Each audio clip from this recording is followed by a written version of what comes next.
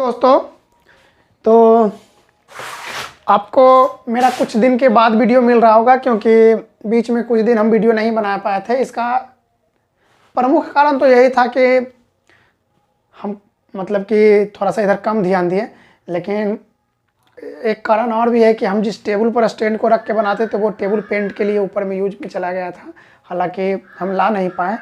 And मेरा मानना है कि किसी भी काम में आपको सफलता तब तक नहीं मिल सकती जब तक कि आप में जुनून और निरंतरता ना हो।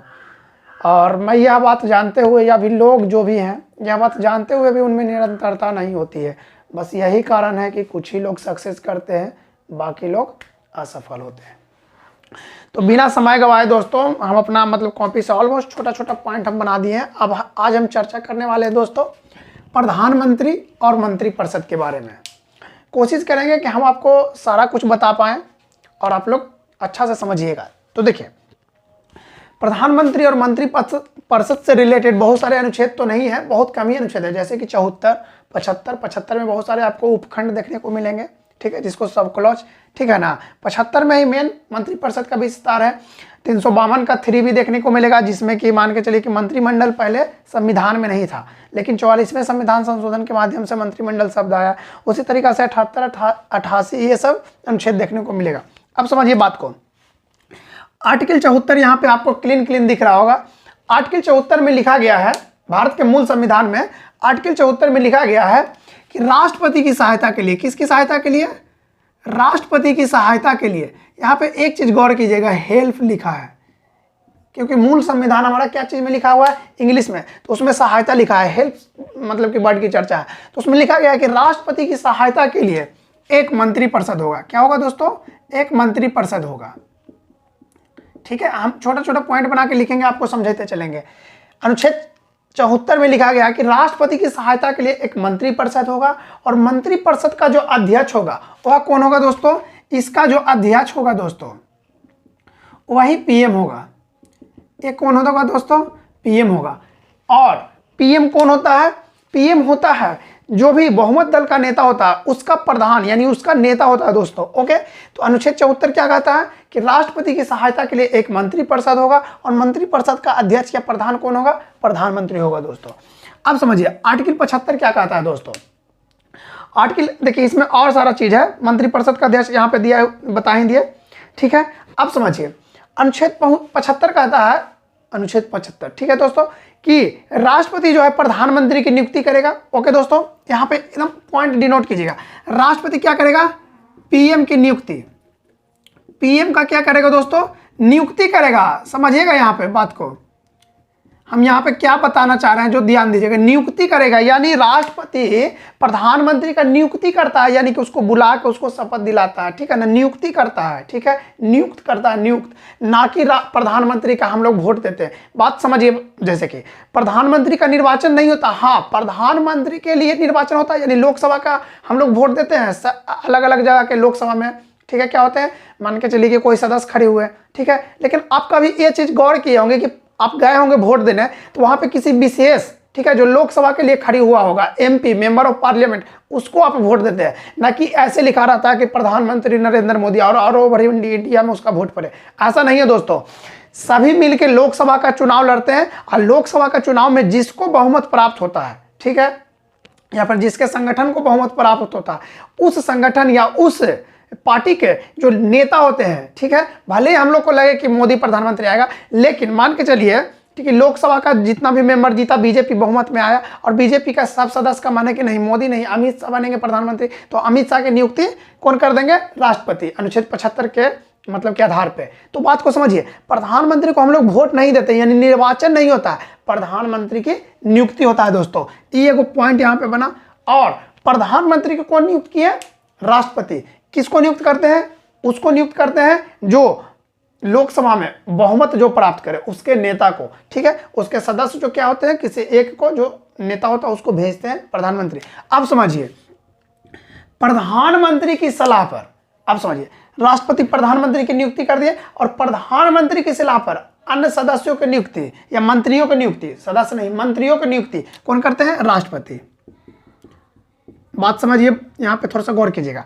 राष्ट्रपति प्रधानमंत्री को नियुक्ति करा दिए, ठीक है।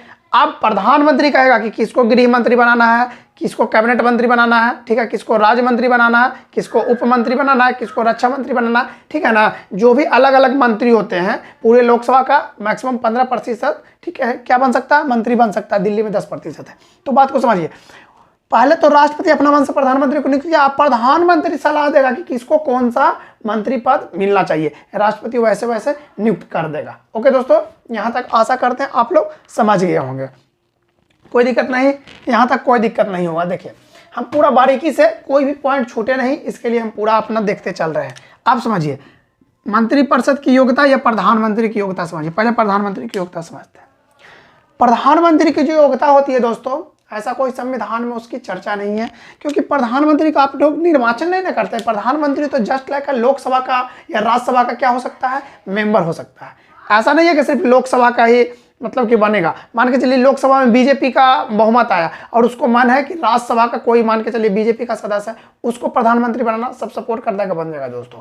तो प्रधानमंत्री बनने के लिए या तो लोकसभा का या राज्यसभा का सदस्य होना चाहिए, बस मेंबर ऑफ पार्लियामेंट। देखिए योग्यता क्या है, योग्यता कुछ भी नहीं है प्रधानमंत्री का, परंतु प्रधानमंत्री क्या होता है दोस्तों, एक एमपी होता है, यानी मेंबर ऑफ पार्लियामेंट होता है। तो उसको मेंबर ऑफ पार्लियामेंट का जो योग्यताएं, जो अर्हताएं उसको चाहिए, वो उसको रहना चाहिए। परंतु लिखा है, परंतु मान के चलिए लोकसभा का सदस्य है तो उसको आयु 25 वर्ष हो जाना चाहिए, अगर राज्यसभा का सदस्य है तो आयु 30 वर्ष हो जाना चाहिए। और जो भी प्रधानमंत्री बनेगा, मान के चलिए किसी को, जो भी जिसका भी बहुमत आया, ठीक है, वो किसी को भी मान के चलिए भेज दिया राष्ट्रपति के सामने कि यही हमारे नेता है, तो प्रधानमंत्री उसको एज अ प्रधानमंत्री उसको नियुक्त कर देंगे। परंतु अगर वह किसी सदन का सदस्य नहीं है फिर भी प्रधानमंत्री बन जाएगा, परंतु 6 महीना के भीतर या तो उसको राज्यसभा या तो उसको लोकसभा का क्या होना चाहिए, मतलब कि मेंबर यानी सदस्य बनना होगा दोस्तों। कितना महीना दोस्तों, 6 महीना, ये चीज ध्यान रखिएगा। आप समझिए, देखिए मंत्रिपरिषद का जो कार्यकाल होता है, ठीक है, मंत्रिपरिषद की भी योग्यता यही हो जाएगा जिससे मान के चलिए लोकसभा के है, ठीक है, तो उसको क्या होना चाहिए, लोकसभा का मंत्रिपरिषद जो होता है बनता है, तो उसका मतलब कि जो भी, ठीक है ना, मेंबर ऑफ पार्लियामेंट का जो अर्हता रहती है, योग्यता है, ठीक है ना, 25 वर्ष उम्र हो जाना चाहिए, पागल दिवाली यही सब नहीं होना चाहिए, वही हो जाता है, जिसके बारे में हम लोग पीछे भी देखें। अब समझिए मंत्रिपरिषद का कार्यकाल, ठीक है, मंत्रिपरिषद का कार्यकाल अनुच्छेद 75 के सब क्लॉज 3 में दिया गया है। इसमें लिखा गया है कि मंत्रिपरिषद का कोई कार्यकाल नहीं होता है दोस्तों, मंत्रिपरिषद का कोई कार्यकाल नहीं होता। जब तक सरकार का बहुमत है तब तक मंत्रिपरिषद चलेगा, जिस दिन बहुमत गिरी, ठीक है, उस दिन मंत्रिपरिषद भंग। अब समझिए बात को। परंतु सामान्यतः मंत्रिपरिषद या फिर मान के चलिए लोकसभा कह सकते हैं, सामान्यतः क्या होता है, 5 साल तक क्या होता है, इसका कार्यकाल होता है। सामान्यतः बोल रहे हैं, ठीक है, सामान्यतः, परंतु इसका कोई वास्तविक कार्यकाल नहीं है। जब तक बहुमत है तब तक कार्यकाल है, बहुमत खत्म कार्यकाल खत्म। परंतु एक चीज समझिए, यह जो होता है लोकसभा के प्रति उत्तरदायी होता है, मंत्रिपरिषद जो होता है लोकसभा के प्रति उत्तरदायी होता है दोस्तों। लोकसभा भंग, मंत्रिपरिषद भंग, और लोकसभा के प्रति सामूहिक रूप से उत्तरदायी होता है। यहाँ पे एक चीज ध्यान दीजिएगा, जो कह रहे हैं मंत्रिपरिषद सामूहिक रूप से यानी सब मिलके लोकसभा के प्रति उत्तरदायी होता है, लेकिन पर्सनली का है कि व्यक्तिगत रूप से किसके प्रति उत्तरदायी होता है दोस्तों, व्यक्तिगत रूप से यानी सिंगल तो राष्ट्रपति के प्रति। ओके दोस्तों, आशा करते हैं यहां तक आप लोग समझ गए हैं। मंत्रिपरिषद सामूहिक रूप से लोकसभा के प्रति उत्तरदायी होता है और व्यक्तिगत रूप से राष्ट्रपति के प्रति उत्तरदायी होता है। आप समझिए, मंत्रिपरिषद में आप लोग सुने होंगे कि 15% यानी लोकसभा में मान के चलिए जितना सीट है 550 सीट है, जिसमें 543 के ऊपर निर्वाचन होता है, तो वह जो भी होता है उसका 15% ही मंत्रिपरिषद बन सकता है। मंत्रिपरिषद मतलब नहीं समझे, लोकसभा के जितने सदस्य उसमें से जो मंत्री पद के लिए, ठीक है, चुनाएंगे। मंत्रिपरिषद किसके सलाह पे नियुक्त होते हैं दोस्तों, प्रधानमंत्री की सलाह पे। कौन करते हैं, राष्ट्रपति करते हैं। अब समझिए बात को, ये 15% का कॉन्सेप्ट संविधान में नहीं था। 15% का जो कॉन्सेप्ट है ये इस संविधान में नहीं था। ओके दोस्तों, परंतु प्रथम निर्वाचन समीक्षा आयोग करके एक था, ये 2000 में प्रथम निर्वाचन समीक्षा आयोग क्या था, उसका कुछ लिखा हुआ था, हमको उतना याद नहीं है, रुकिए एक सेकंड उसका देख के बताते हैं। प्रथम संविधान समीक्षा आयोग, प्रथम संविधान समीक्षा आयोग जो था 2000 में, ठीक है ना, यही कहा कि जो मंत्रिपरिषद तो था, सॉरी, मंत्रिपरिषद मूल संविधान में है दोस्तों, मंत्रिमंडल नहीं है। मंत्रिपरिषद के बारे में बताया प्रथम संविधान समीक्षा आयोग जो कि 2000 में गठन हुआ था, वह बताया कि 10%, वो क्या बताया दोस्तों कि 10% आप मंत्री बना लीजिए, जो भी मतलब कि आपका लोकसभा का मेंबर है ऑल सदस्य, उसका 10% आप मंत्री परिषद बनाइए। तो इसी को बातों को ना मान के थोड़ा उसमें संशोधन करके 15% के प्रस्ताव को संसद में पारित कर उसी समय से 2003 से, कब से दोस्तों 2003 से 15% लोकसभा का मंत्री परिषद होगा, यह अभी तक चला आ रहा है दोस्तों। तो हम लोग समझ गए कि मंत्री परिषद में 15% लोकसभा के सदस्यों का 15% ही मंत्री परिषद बनेंगे। यह कब से चल रहा है? 2003 से। यह कौन मतलब कि सुझाव दिया था दोस्तों? तो प्रथम संविधान समीक्षा आयोग 2000 जो में जिसका गठन हुआ था, इसने 10% का सुझाव दिया था। यहाँ पे एक क्वेश्चन बनेगा कि 15% का जो कॉन्सेप्ट चल रहा है, यह कब से लागू है? 2003 से। इसके बारे में राय कौन दिया था, किस आयोग ने? तब प्रथम संविधान समीक्षा आयोग। अब पूछेगा यहाँ पर डीपली क्वेश्चन कि प्रथम संविधान समीक्षा आयोग ने कितने % की बात कही थी? तो 10% की। यहाँ तक आशा करते हैं आप लोग अच्छा से समझ गए होंगे दोस्तों। अब इधर हम लोग समझते हैं, अब जो भी मंत्री परिषद होंगे, ठीक है, अभी हम मंत्री परिषद की चला कर रहे हैं, सदस्य की नहीं, लोकसभा के सदस्य के बारे में नहीं समझेगा। जो भी मंत्री परिषद होंगे वह शपथ लेंगे। तो ये 2 प्रकार का शपथ लेते हैं दोस्तों, एक पद का, एक गोपनीयता का। ऐसा क्यों, ये भी हम लोग समझेंगे। पद का शपथ लेंगे, ठीक है, पद का शपथ लेंगे कि हम संविधान के मतलब कि जो उसका गरिमा है उसको अछूने रखेंगे, और भी बहुत सारा चीज, ठीक है। और गोपनीयता में क्या हो जाता है दोस्तों कि जो भी मान के चलिए कि मंत्री परिषद के बीच में जो भी बात होती है किसी चीज को लेके, तो उसकी गोपनीयता बनाए रखेंगे, उसको किसी के सामने प्रकट नहीं करेंगे, ना मीडिया के सामने, ना व्यक्तिगत रूप से, किसी के सामने नहीं। यानी मान के चलिए कि मंत्री परिषद, ठीक है, सब मिलकर बैठक किया और वहां पे हुआ कि पठानकोट पर हमला होगा। अब दोस्तों अगर ये बात लीक हो जाती है, ठीक है, तो उस पर कार्रवाई होगी। यदि वह गोपनीयता की भी शपथ लेते हैं कि हम किसी भी मंत्री परिषद की बात को गोपनीय रखेंगे, ठीक है दोस्तों, और यह पद की भी शपथ लेंगे कि हम संविधान को अछूने रखेंगे, संविधान के प्रति सच्ची श्रद्धा निष्ठा होगी, यही सब, ठीक है दोस्तों।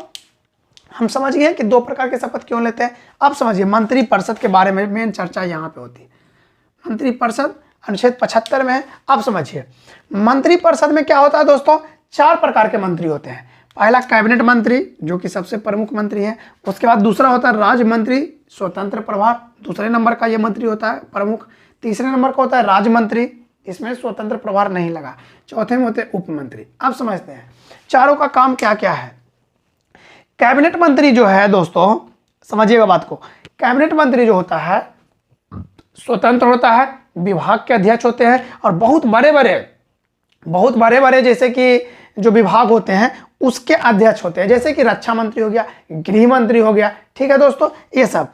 अब समझिए बात को, कैबिनेट मंत्री जो होते हैं एकदम ओपनली मतलब कि किसी पर निर्भर नहीं करते हैं, या अपने विभाग का एकदम सिंगल स्वयं अध्यक्ष मंत्री होते हैं, और इनके सलाह के लिए बाकी मंत्री होते हैं। इसी तरीका से राज्य मंत्री स्वतंत्र प्रभार भी है, यह भी अपने विभाग के अध्यक्ष होते हैं, परंतु यह स्वतंत्र लगा है। तो इसके बाद के बात आते हैं, मतलब राज्य मंत्री जो स्वतंत्र प्रभाव होते हैं दोस्तों, कैबिनेट मंत्री से नीचे का दर्जा होते हैं, और छोटे छोटे विभाग का स्वतंत्र अध्यक्ष होते हैं। और राज्य मंत्री जो होते हैं यह क्या करते हैं, कैबिनेट मंत्री का हेल्प करते हैं। ओके दोस्तों, राज्य मंत्री क्या करते हैं दोस्तों, कैबिनेट मंत्री की हेल्प करने के लिए होते हैं, ठीक है दोस्तों। और उसी प्रकार उप मंत्री जो होते हैं बाकी सब के, इन सभी को हेल्प करने के लिए कौन होते हैं, उप मंत्री। हम लोग समझ गए कैबिनेट मंत्री कौन होते हैं, राज्य मंत्री स्वतंत्र प्रभार। अब आगे समझते हैं मंत्रिमंडल। ओके दोस्तों, मूल संविधान में मंत्रिमंडल नाम की कोई चर्चा नहीं थी, परंतु 44वें संविधान संशोधन 1978, जिस समय के प्रधानमंत्री मोरारजी देसाई थे, कब की बात है दोस्तों, 1978 के, मंत्रिमंडल नामक शब्द लाया गया और इसकी व्याख्यान किया गया, और इसको अनुच्छेद 352 के सब क्लॉज 3 में जोड़ा गया मंत्रिमंडल को। अब समझिए मंत्रिमंडल होता क्या है, बात को समझिए। ये जो मंत्री परिषद है, इसी मंत्री परिषद में से, ठीक है ना, इसी मंत्री परिषद में जो प्रमुख जो मंत्री होते हैं उनके समूह क्या बनाता है दोस्तों, मंत्रिमंडल। मंत्री परिषद का बैठक अलग होता है दोस्तों, मंत्री परिषद में सभी लोग आ जाएंगे, लेकिन मंत्रिमंडल के बैठक में मंत्री परिषद के सभी सदस्य नहीं आएंगे। जैसे बात को समझिए, ये हो गया मंत्री परिषद, ओके दोस्तों, और ये हो गया मंत्रिमंडल। यानी मंत्री परिषद जितना बड़ा होता है उसके अंदर में मंत्रिमंडल आया, और मंत्रिमंडल जो क्या होता है छोटा समूह होता है, और मंत्रिमंडल मंत्रिपरिषद बड़ा समूह होता है। ओके दोस्तों, अब समझिए, देखिए यहाँ पे अब हम लोग समझते हैं छाया मंत्रिमंडल।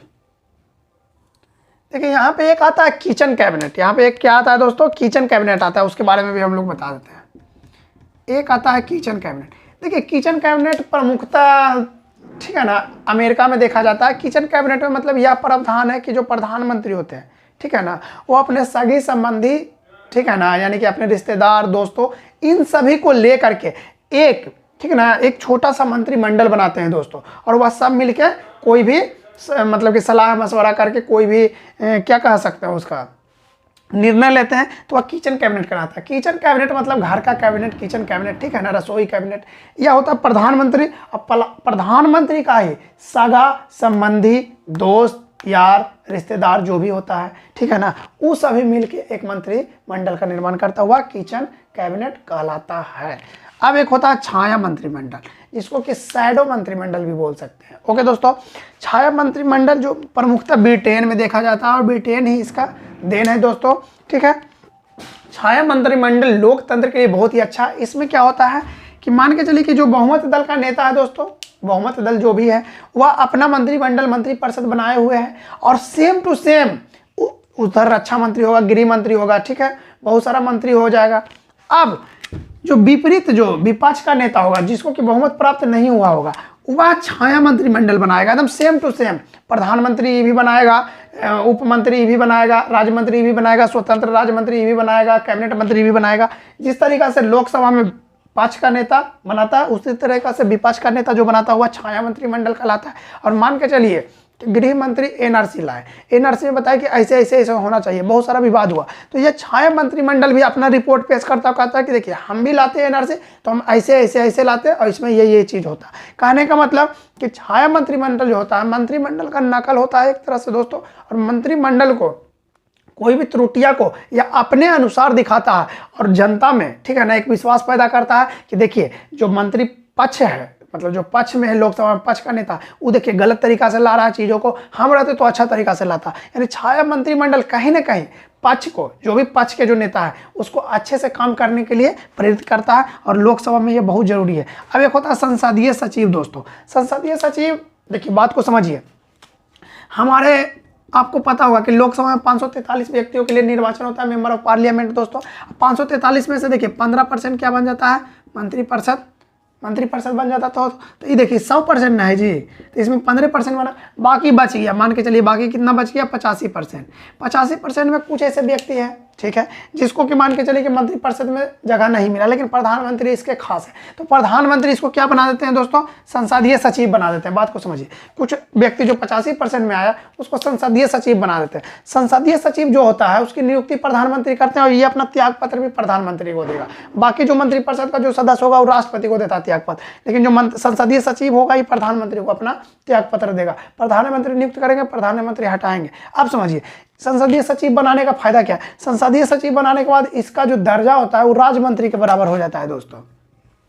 और संविधान में ऐसी कोई चर्चा नहीं है कि संसदीय सचिव किसको बनाया जा सकता है या कितना बनाया जा सकता है, कोई चर्चा नहीं है। संसदीय सचिव वो ऐसे व्यक्ति को जनरली बना दिया जाता है जो वह 15% में नहीं आते हैं, परंतु वह प्रधानमंत्री के खास होते हैं। ठीक है दोस्तों, तो आशा करते हैं आज का लेक्चर आप लोग समझे होंगे। अगर किसी प्रकार का इसमें डाउट रह गया होगा तो आप लोग बेसिक पूछे। आज के लिए इतना ही। जय हिंद, जय भारत दोस्तों।